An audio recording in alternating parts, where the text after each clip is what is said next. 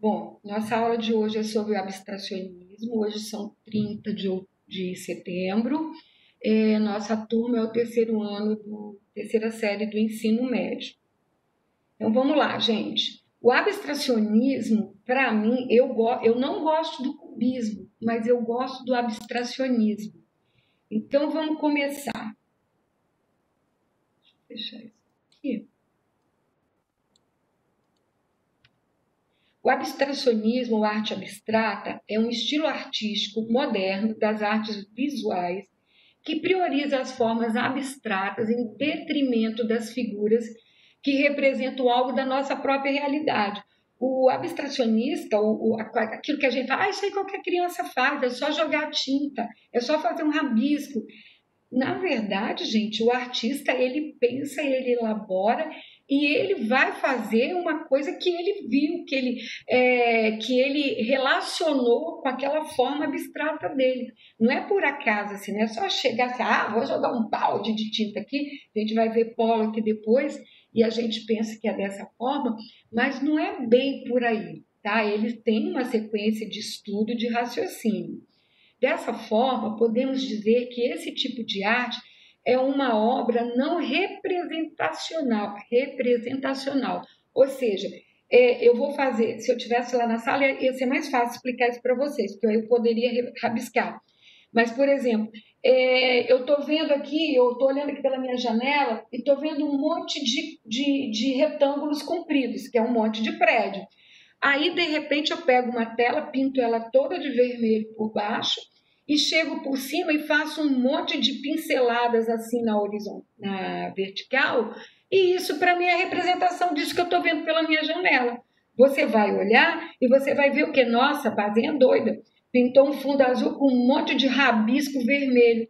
Mas isso, para mim, é a paisagem que eu estou vendo da minha janela. Deu para entender, gente? Acho que deu, né?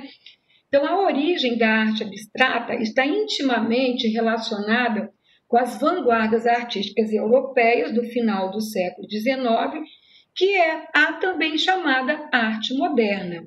Então, essa arte moderna, gente, a gente vai chamar a todos esses conceitos que a gente vai estudar por enquanto, até mais ou menos a década de 70, de arte moderna. Da década de 70 do século XX para cá, a gente já vai chamar de arte contemporânea. E essa arte nossa de hoje, por exemplo, o Romero Brito, o Banks, aquele cara que cortou uma gravura dele, que eu disse, a gente já vai chamar de arte contemporânea, tá? O grafite é uma arte contemporânea. Então, tudo que começou mais ou menos da década de 70 para cá é arte contemporânea. Até então é arte moderna, para vocês não fazerem confusão disso daí, tá bom? Então vamos lá. As características do abstracionismo, há pouquinho, tá vendo? Os outros têm aquele montão de coisas, tem pouco. É uma arte não representacional, ausência de objetos reconhecíveis, apesar de que a obra de Miró, estão lembrando de Miró? O dos pontinhos pretos com asterisco? A arte do Miró, para mim, é uma arte abstrata. Só que não é, tá?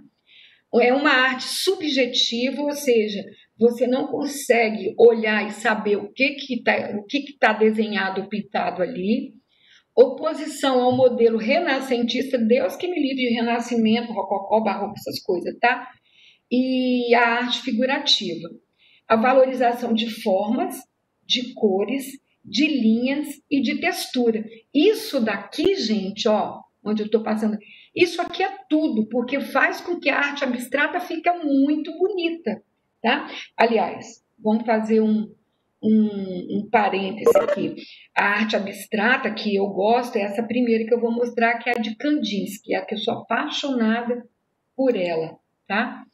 Os principais artistas serão Vasily Kandinsky, que é um artista russo, o Piet Mondrian, que é um artista holandês, o Paul Klee, que ele está aqui como abstracionista, porque a obra dele é abstrata, mas ele se dizia expressionista, tá?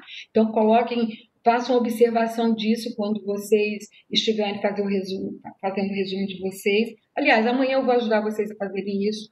e o Jacques Pollock, que na realidade ele está quase com um pezinho na pop art, que não é movimento de vanguarda, tá bom? Então vamos lá, seguindo aqui com o nosso Vassili Kandinsky, ou Vassili, tá, gente? Algumas pessoas falam Vassili Kandinsky, outros falam Vassili Kandinsky. Mas a gente vai conhecê-lo apenas como Kandinsky. Esse senhor aqui até muito bem apessoado, né? Bonito, charmoso, bem vestido. E ele vai fazer esse tipo de... Eu sou apaixonada pelas obras do Kandinsky. Essas eu não colocaria uma só na minha parede, não. Colocaria um monte. O abstracionismo dele é chamado de abstracionismo expressivo, também chamado de abstracionismo informal ou lírico. Essa vertente foi influenciada pelo expressionismo e pelo fauvismo por causa das cores, tá? Como é que o Kandinsky ele foi praticamente o inventor, o criador, o cara, assim como o Picasso está para o cubismo, o Kandinsky está para o abstracionismo. O que ele fez? Ele pintava até uma forma mais figurativa, só que o que aconteceu? Ele tomou uns absintozinhos, ficou pintando até de madrugada lá no ateliê dele, e aí o que acontece? Ele tira o quadro que ele achou que ele tinha acabado de pintar do Cavalete, ele pintava meio que de forma cubista, né? Aí ele tira o quadro dele do Cavalete, pendura na parede de qualquer jeito lá no ateliê dele e vai deitar no divã que ele tem de frente para o cavalete dele e dorme, meio chapadinho lá e tal. Dormiu, né? Bem sei se ele bebia, gente, mas tudo quanto é artista dessa época gostava de um tal de absinto, tá?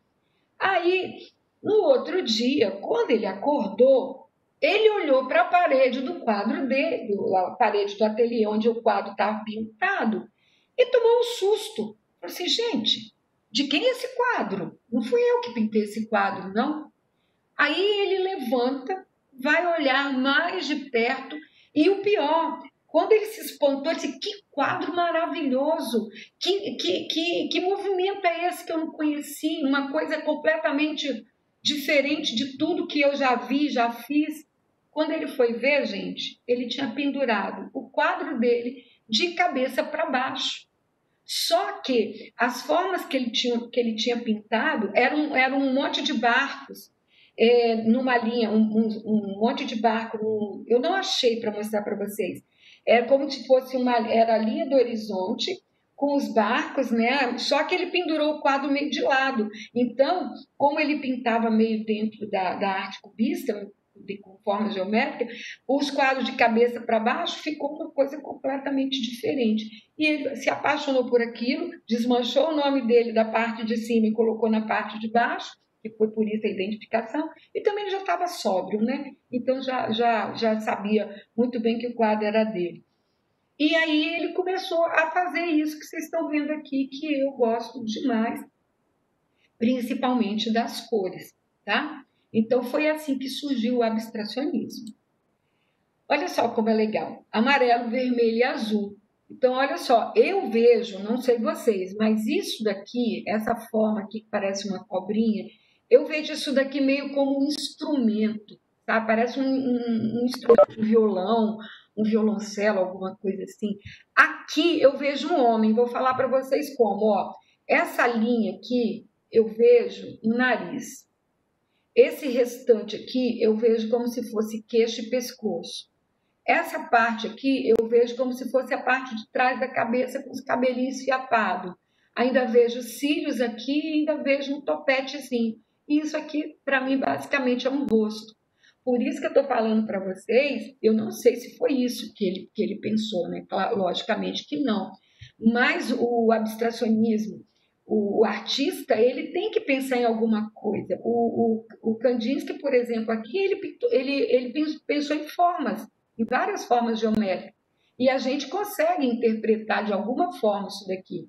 Agora, eles não colocam muito nome nas obras deles, não, tá? Aqui, por exemplo, é amarelo, vermelho e azul, porque são as cores enfáticas dessa obra, né? Amarelo, o vermelho e o azul. Aqui e no anterior, composição. Aí eles têm composição 1, 2, 3, 4, 5. Eles vão dando composição até acabar aquela sequência que é mais ou menos parecida, tá? E eles também colocam sem título. Quando eles colocam sem título é porque ele não surgiu nada que desse um clique neles para colocar como nome. Esse quadro aqui do Kandinsky eu já não gosto mais muito não, porque eu acho que é muita coisa embolada. Eu vejo um tambor aqui, mas a gente vai ver, ó, eu vejo aqui como se fosse uma cara de um patinho com uma touca na cabeça. Então, assim, o legal do abstracionismo é que você pode enxergar o que você quiser. Aqui eu vejo um avião sem asa, tá? Igual a música lá, só não tem a fogueira sem brasa. Mas tá aqui, ó, tá? Eu vejo. Para mim, isso aqui é uma partezinha com aquelas asinhas menores. Aqui tem gente dentro. Eu não sei, vamos viajando aí comigo. Eu vejo um cachorro. Aqui eu vejo uma baleia, ó. Isso daqui para mim é uma baleia, como se eu estivesse vendo ela do fundo do mar para cima. E eu não consigo ver o chat de vocês aqui, mas provavelmente podem escrever lá para os colegas de vocês o que vocês estão vendo. A gente viaja. Viaja legal. Deixa eu ver se eu vejo mais alguma coisa interessante. Isso aqui, para mim, eu vejo aquela seta de dardo, de atirar naqueles alvos. Mas, assim, é uma coisa fora do comum. Aqui atrás, aqui no próximo, olha aqui, ó, no branco. Então, o que, que ele faz? Ele coloca várias formas em cima de uma tela branca e o nome. No branco, 2, porque ele já fez a 1. Esse aqui eu não gosto muito, não, mas isso aqui para mim é Reunião de Fantasmas. É o nome que eu daria para essa obra, porque como ele usa muito o branco, a minha tela está tapando aqui. O Cavaleiro Azul. Eu não vejo, eu não consigo ver um cavaleiro aqui, não, tá, gente? Seria isso aqui? Mas eu não vejo, não vejo o cavalo, não vejo nada. Para mim, isso aqui é um fantasma, isso aqui é outro, isso aqui é outro, aqui é outro. Para mim, isso é um cemitério com um monte de fantasminha que se encontraram depois da meia-noite, né? Mas isso é o que o abstracionismo quer da gente mesmo, quer que a gente pense coisas assim.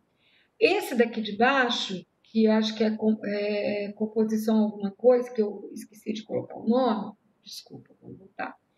Eu também vejo assim N coisas aqui, gente. Isso aqui para mim é um elefante visto lá de longe, no meio do deserto. Aqui eu já vejo uma montanha, como se isso aqui tudo fosse um deserto. Isso aqui fosse uma duna e que tivesse um sol. Isso daqui para mim é como se fosse o corpo desse bicho. Isso aqui eu vejo como um bicho. Um ser meio amorfónico, assim, uma coisa meio alienígena. Aqui como se fosse o bico, aqui a cabeça. Então a gente viaja, tá? Isso aqui para mim é como se fosse um personagem de história em quadrinho olhando para lá, ó. Aqui tá a cara dele, aqui o cabelo, o pescoço. Então a gente vai viajando, vai viajando. Nesse daqui, para mim, eu vejo uma paisagem que tem um piano, que eu vejo arco-íris, eu vejo montanha, e assim é o abstracionismo do Kandinsky. Então, só para lembrar, Kandinsky foi o fundador do abstracionismo, tá? A composição Cavaleiro Azul. Parece, né? Porque isso daqui. Ah, verdade. Eu não... Pô, Samuel, você é o cara, hein? Eu nunca tinha reparado isso. Olha, gente, não é que a ver... Nossa, ó, eureka para você, porque eu nunca tinha pensado nisso. Exatamente. E isso daqui é essa reprodução aqui em cor. Poxa, nós quase que eu falei um palavrão agora. Ah, tá na sua cara, Luiz, porque eu nunca enxerguei isso. E olha que eu estudo Kandinsky há muito tempo. Gente, olha, Bazinha, que legal. Show, adorei, tá? Gente, que burrice a minha, né? Mas é porque eu não conhecia muito essa obra aqui. Eu conhecia essa, porque eu sempre me abstive mais das coisas do colorido.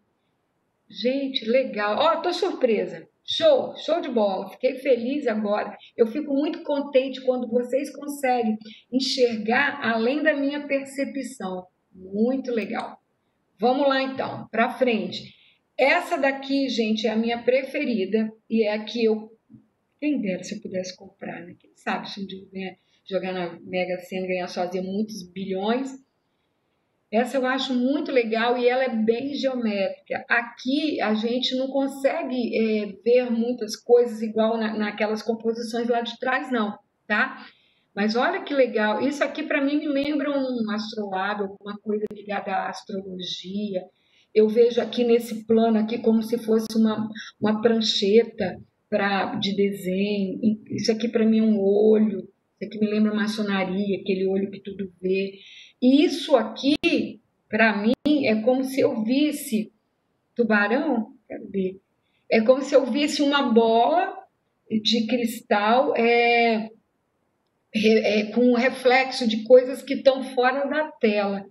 Mas eu gosto de imaginar, eu gosto de. Isso aqui para mim, ó, são dois lápis, tá? Com a pontinha do lápis, um azul e um vermelho. Essas coisas assim que a gente vai pensando. Eu estou até agora aqui pensando no cavaleiro. Como é que eu nunca tinha percebido aquilo, gente? É olhar para aquilo que só interessa, tá vendo? Aquele eu não gosto, então tô nem aí. Já o outro eu gosto e vejo uma paisagem, os outros só vejo mesmo fantasma. Agora, olha só, esse cara aqui, o Pete Mondrian, deixa eu colocar esse aqui para baixo. O Pete Mondrian é uma coisa muito interessante que eu conheci, lógico, conhecia ele, mas um belo dia sentada assistindo Arte 1, no canal de TV, eu não gostava muito dessas obras dele, não. Eu conhecia, sabia que ele era abstracionista e tal, mas eu nunca gostei dele, não. Só que aí eu comecei a ver um documentário sobre a vida dele. E depois que eu entendi a vida do Mondrian, entendi por que ele chegou nessa coisa aí desses quadrados e retângulos coloridos, é que você vai entender o porquê da vida desse cara e o porquê que ele chega aquilo ali. O Mondrian, ele é holandês, filho de um pastor que queria, de qualquer forma, que ele seguisse uma carreira religiosa, só que ele tinha um tio que era artista. E aí ele começou a se interessar por arte, porque ele já tinha isso aí na veia dele, né? E aí o que ele fez? Disse, bom, já que meu pai quer que eu seja, que eu tenha alguma coisa ligada, que não quer que eu seja um artista, eu vou ser professor de artes. Então, o que ele faz? Ele vai estudar para ser professor de arte. Ele estuda arte, mas ele vai dar aula de artes. Mas aí, o que acontece? Ele sai da Holanda, ele é holandês, ele sai da Holanda, vai para Paris, como todos eles, né? Paris era o auge. Assistiram o filme que eu falei, Meia-Noite de Paris? Paris era o auge de todos eles, de todos os movimentos. E aí ele vai e ele conhece Picasso. E aí ele conhece o Picasso e o Break, vou passar até para frente para vocês entenderem tudo isso que eu estou falando. E ele começa a pintar dentro da forma cubista. Então ele começa como impressionista. As primeiras obras dele, ele gosta dos impressionistas, e aí ele começa a pintar com aquelas pinceladas dos impressionistas. Só que quando ele vai para Paris, ele conhece o cubismo, conhece Picasso, e aí ele começa a pintar dessa forma aqui. Aqui, gente, eu ainda consigo ver o vaso da natureza morta. Essas coisas aqui, para mim, é o Partenon de Atenas. Eu não consigo ver frutas aqui, tá? Mas o nome é esse. Não consigo ver o gengibre. Gengibre é aquela raiz. Talvez o gengibre esteja na cor, tá? E nesse daqui, que eu nem sei o que é table. Table para mim é mesa em francês, né? Não, é em inglês. Book on the table. E em francês também é table. Mas eu não vejo nada disso aqui, tá? Nossa, já são meio-dia.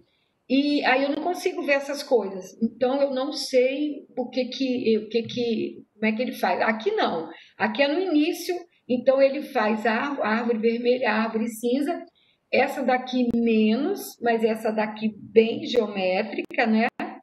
Uma coisa bem geométrica. E aí, aqui abstracionismo geométrico, ele vai ficar direcionado ao abstracionismo geométrico, influenciado pelo cubismo e futurismo. Essa vertente está pautada na geometria das formas e no racionalismo. Então, ele é racional porque isso aqui, gente, tudo tem medida, né? Eu vi uma obra dele, é muito... não vou falar que é muito bonita, não. Aí, o que acontece com ele? Em 1940, em pleno auge da Segunda Guerra, ele se muda para os Estados Unidos. Ele sai de Paris, porque Paris está sendo arrasada, já foi arrasada, né, pelos nazistas. Ele pega um cargueiro e vai para os Estados Unidos.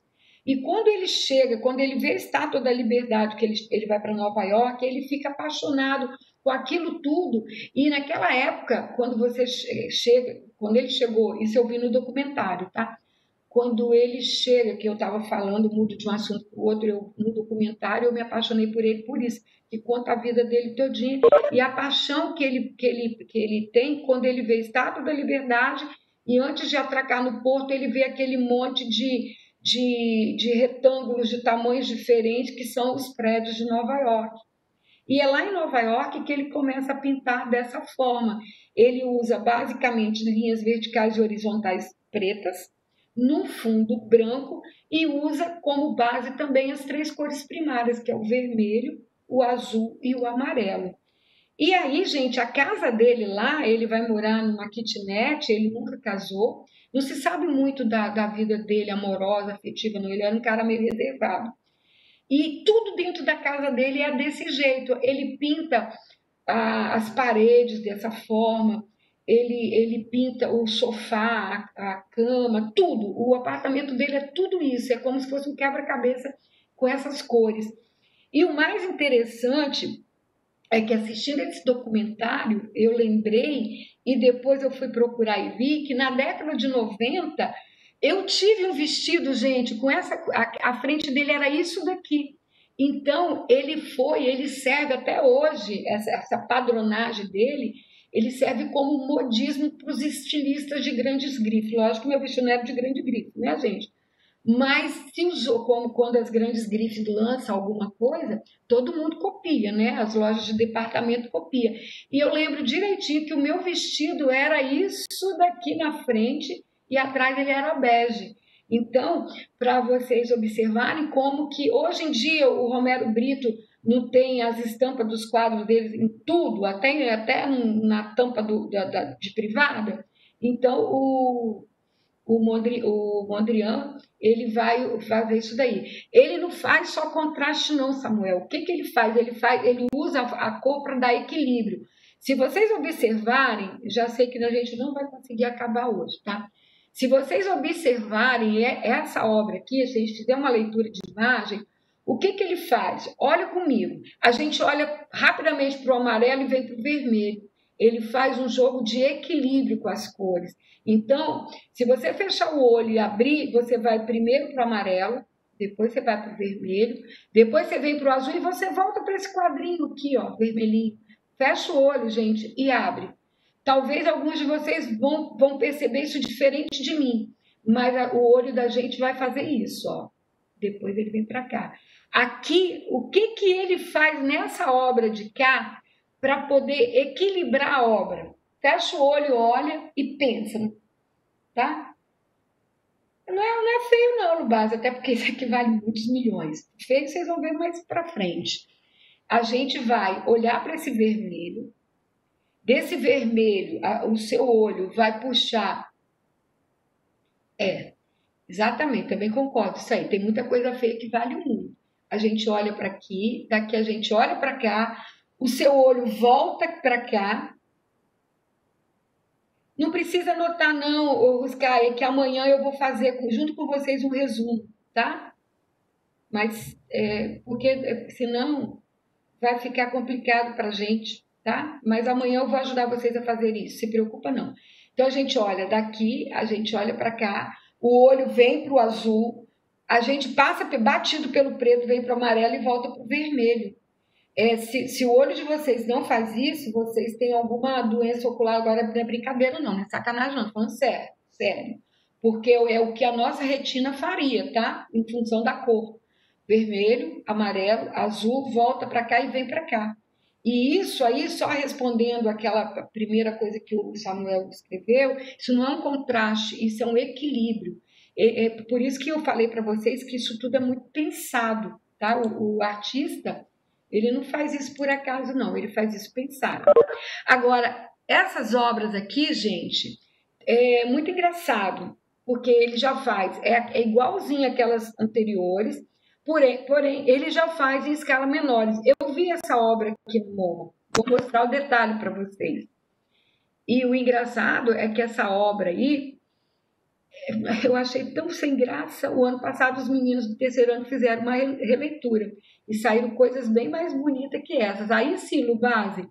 E agora, você vê a linha que ele primeiro riscou tudo com lápis, ele pintou, e não é uma coisa bem pintada, tá? E agora, olha o que eu estava falando para vocês do equilíbrio. Olha o que ele faz nessa obra aqui. O olho da gente puxa para cá. E o meu, para falar a verdade, ele vem rapidamente aqui e volta para cá. Mesmo com essa linha vermelha que ele põe aqui, tem tanta linha amarela que o meu olho daqui vem para cá, mas ele volta para cá. Eu não consigo, é como se esse quadro aqui, para mim, na minha visão, ele não tem equilíbrio. Ele teria... tomara, né? No computador é fácil. Eu quero ver você fazer isso na mão e com pincel, tá? Sem borrar. Para mim, esse quadro, para ele ter equilíbrio, essa ponta aqui, ele teria que ser assim, como se fosse um losango, e essa pontinha aqui teria que ficar na parte de baixo, para esse quadro ter equilíbrio, porque eu só consigo olhar para esse lado, gente. Eu não sei se é porque tem menos branco aparecendo desse lado. Se a gente estivesse na sala, a gente faria uma releitura e encontraria o ponto G desse quadro aí, tá? Onde é que a gente vai achar o equilíbrio, no caso, o ponto E desse quadro. Vamos lá, passando para frente, para poder dar tempo de pelo menos acabar isso aqui. Isso aqui foi uma foto que eu tirei no MoMA. Essa obra aqui é aquela, ela é pequena, ela não é muito grande, tá? Agora, olha aqui, Lubase, você ia conseguir pintar assim dentro dessa linha certinho, sem ser no computador? Quero ver, né, gente? Então, tá vendo que aqui, ó, a gente consegue ver a linha de marcação dele? Ele não conseguiu tirar as linhas de marcação. Ou talvez ele fosse depois querer passar o preto, ficou com medo de borrar, mas a gente vê todas as linhas de marcação. Isso, para mim, desvalorizou a obra dele, tá? Mas quem sou eu, né? Eu nem consegui identificar que o Cavaleiro Branco era igual à composição. Imagina se eu vou conseguir dar pitaco nessa obra. Mas é bonito, não é feio não, tá? Se bem que as pessoas não param muito nessas obras, não. Aí a gente vai para Paul Klee, que é o cara que eu falei para vocês, que ele se diz expressionista, mas as obras dele são mais, parecem mais abstratas do que expressionistas. A obra dele mais expressionista e a mais famosa é essa daqui. Senécio, que é esse homem, Senécio da cabeça redondinha, é como se fosse representação humana, sem simetria, né? Ele divide em duas partes, mas ele coloca um lado bem assimétrico do outro, que na realidade nós somos assimétricos, né? Esse daqui é o Paul Klee. O seu estilo parece uma lâmpada, concordo, eu também acho. O seu estilo, grandemente individual, foi influenciado por várias tendências artísticas diferentes, incluindo o expressionismo, o cubismo e o surrealismo. Porém, gente, esse cara aqui, ó, uma coisa legal que amanhã eu vou falar para vocês anotarem. Por isso que eu falei para a Ruscaia que amanhã eu vou ajudar vocês a fazerem um compacto disso daí, tá? Então, amanhã, papel e lápis à mão, tá? Por favor. Agora eu me perdi. Bom, então vou passar para frente, que agora esqueci o que eu estava falando. Mas o estilo dele é assim, muito conturbado. O Paul Klee, ele vai nascer na Suíça, mas os pais dele são alemães. Então, ele vai ser registrado como alemão. E muito tempo depois ele volta, aí ele sai da Suíça, vai morar, vai para Paris também. Aí depois que ele volta, porque quem que não quer ser suíço, né, gente? Mas aí ele não consegue mais se naturalizar suíço. o governo suíço não, como a Suíça não entrou na Segunda Guerra Mundial, aí não considerou mais a cidadania dele. Então, ele perdeu isso daí porque ele não queria ser taxado de alemão durante esse período aí de conflito, né? Ah, lembrei o que eu ia falar dele. Ele vai ser amigo do Kandinsky. E aí os dois vão dar aula na escola de Bauhaus, tá? Ele vai ser amigo do Kandinsky e ele era músico antes de ser pintor. Porque o pai dele queria que ele fosse músico, aí ele deu aula de música e quando ele conhece o Kandinsky, aí eles vão dar aula lá em Bauhaus e por aí cresce uma amizade entre os dois, tá? Era isso que eu queria falar. Olha só, ele se diz expressionista. Ele está dentro para os historiadores no grupo dos abstracionistas. Mas isso para mim é cubismo, gente. Então, é aquela coisa que eu não sei explicar para vocês por que as pessoas fazem algumas considerações. Quer dizer, eles até sabem, né? Porque eles pautam várias coisas do artista. Mas para mim ele é uma mistura de expressionismo com abstracionismo e com cubismo. Porque isso aqui, o balão vermelho, quando a gente vê o título da obra, de cara a gente vê o balão vermelho aqui. Eu vejo também uma árvore aqui, isso para mim é uma rua e isso aqui são casas. Tô certa aí os meus instrutores que descobriram mais coisas do que eu lá no Kandinsky? Eu vejo isso. Esse daqui para mim, Castelo e Sol, também com nome, eu vejo sol aqui, mas isso para mim, para os dias de hoje, eu vejo uma favela ou um aglomerado de casas.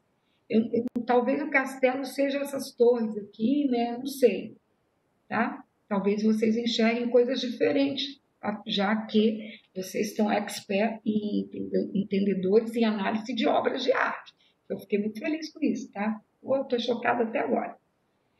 Bom, aí as cores dele me agradam nessas duas obras, mas o resto das obras dele, gente, olha só, isso aqui me lembra Miró, isso aqui para mim é surrealismo lá de Miró, isso aqui para mim é cubismo, isso aqui para mim é cubismo. Então, vamos lembrar dele lá como uma miscelânea dos movimentos de vanguarda, menos o fauvismo. Eu acho que isso aqui tem cores bem fortes, né? Então, talvez aqui a gente pudesse considerar até um pouco de fauvismo, mas essas cores mortas que o fauvista não gostava disso, não. Então, esse é o Paul Klee, que nós vamos colocar aqui dentro dos abstracionistas. Agora sim, gente, agora que vocês vão falar. Os meninos do nono ano fizeram essas obras, tá? Que eles estão estudando o Pollock, fizeram e mandaram para mim, tem umas coisas muito legais. O Jackson Pollock, a gente coloca ele como abstracionista, mas ele vai ser considerado o expressionista abstrato. Olha quanta coisa para vocês colocarem na cabeça de vocês. Então é meio complicado, né? Mas amanhã a gente vai fazer um entendimento disso tudo. Então, Paul Jackson Pollock, conhecido profissionalmente como Jackson Pollock, foi um pintor norte-americano e referência no movimento do expressionismo abstrato. Ele se tornou conhecido por seu estilo único de pintura de gotejamento. Hoje todo mundo e tudo quanto é artista faz isso aí, coloca, pendura. Eu vi outro dia na internet, o cara pendurou uma lata de tinta num cordão, colocou uma plataforma enorme, um papel cartão enorme embaixo, soltou a lata e a lata fez um movimento subsequente que ficou uma obra de gotejamento simétrica. Muito legal aquilo. Eu fiquei assim, abobalhada com aquilo ali, e a obra ficou linda, e depois ele vendeu por um bom preço e tal. Aí, ele faz isso daí, gente, mas isso não é fácil de fazer não, tá? Vou mostrar aqui para vocês, olha só. Isso aqui é o ateliê dele, ele coloca a tela, né, ou a lona, ou o papel, que ele pinta em várias superfícies diferentes. Ele coloca a tinta, mas ele pensa no que ele quer fazer. Tá? Ele pensa na harmonia de cores, ele pensa onde que ele quer um gotejamento maior, onde ele quer um gotejamento menor, para ficar uma coisa mais ou menos assim. Moleza também, né, Lubás? Aqui é cafezinho pequeno para nós. Aí olha aqui, gente, ó. Sem pensar que ele tem que pensar na sucessão de cores, porque uma cor mais clara, ela vai ter intercorrência de uma cor mais escura. Então, tudo isso tem que ser muito estudado, não é só pegar o pincel, como os meninos do nono ano fizeram, e tá? Jogar não. Porque eu fui fazer uma videoaula para eles fazendo isso daí, e a coisa não é fácil não, tá? É difícil. Essa daqui, por exemplo, ó, além de gotejamento, vamos usar a palavra escorramento, ou sei lá, porque alguma coisa que escorreu aí, além de gotejar, ele gotejou a tinta e ele teve que fazer isso tudo muito rápido, porque depois ele teve que levantar a plataforma que ele estava usando, né? A superfície que ele estava usando, teve que levantar e deixar escorrer. Hoje em dia o pessoal faz isso aqui também com giz de cera derretido, que fica muito legal. Então são releituras do Pollock, que muito legal. Isso daqui, por exemplo, ó, qual é a última cor que ele usou aqui? Vocês têm ideia? Escreve aí para mim. Se bem que o Cisco vai cortar a gente daqui a pouco, então deixei para frente. Mas foi o branco, a última cor usada aqui é o branco. A superfície é vermelha, né? Aqui a superfície é um azul claro. E a última cor que ele usou foi o branco. Ele deve ter usado primeiro preto, que é a cor mais tensa. Olha aqui também, gente. Agora aqui é o contrário, tá? Aqui a última cor que ele usou foi o preto, porque é ela que está em primeiro plano aqui. Ele conseguiu, olha que fantástico isso daqui. A gente acha que é bobeira, mas olha que fantástico. Ele conseguiu dar profundidade na obra dele quando ele jogou por último, o antepenúltimo, o branco, e depois ele jogou o preto, porque a gente vê nitidamente que o preto está aqui em primeiro plano, tá? Aqui, ó, é uma obra dele lá no MoMA, essa obra é enorme. Se eu não me engano, é uma das obras mais caras dele, pertence ao MoMA. Aqui também, gente, ó, o preto foi a última, não foi a primeira cor que ele usou, foi a última, para poder a gente ter essa impressão aqui. Aqui não, aqui a gente já vê nitidamente que foi o branco, tá? E aí, graças a Deus, deu tempo de acabar. Deixa eu parar a gravação.